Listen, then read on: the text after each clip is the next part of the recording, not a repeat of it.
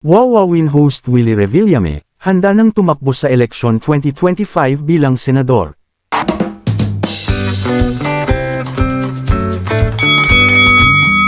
Tatakbo bilang senador sa darating na 2025 eleksyon, ang host ng Wawawin na si Willie Revillame.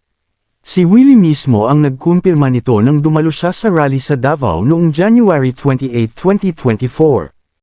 Sa talumpati ng TV host, naikwento niya na dati na siyang inalok ng dating Pangulo na si Rodrigo Duterte at Senador Bongo, ng pwesto para sa senatorial line-up ng kanilang partido.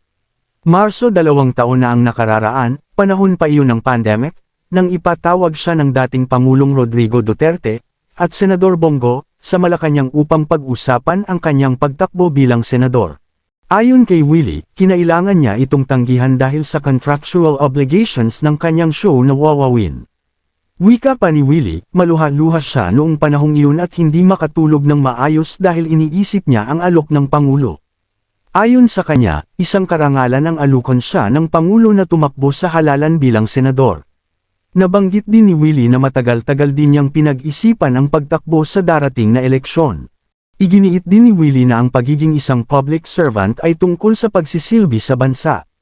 Aniya dapat hindi politiko ang tawag sa mga naninilbihan sa bansa, kundi mas marapat silang tawaging serbisyo publiko. Pagtatapos ni Willie, handa umano siya sa lahat ng obligasyon at gagawa ng mabubuting bagay para sa ikauunlad at ikakaginhawa ng bawat mamayang Pilipino. Kung nagustuhan mo ang bidyong ito, ay huwag kalimutang i-like at i-share. Click subscribe for more updates.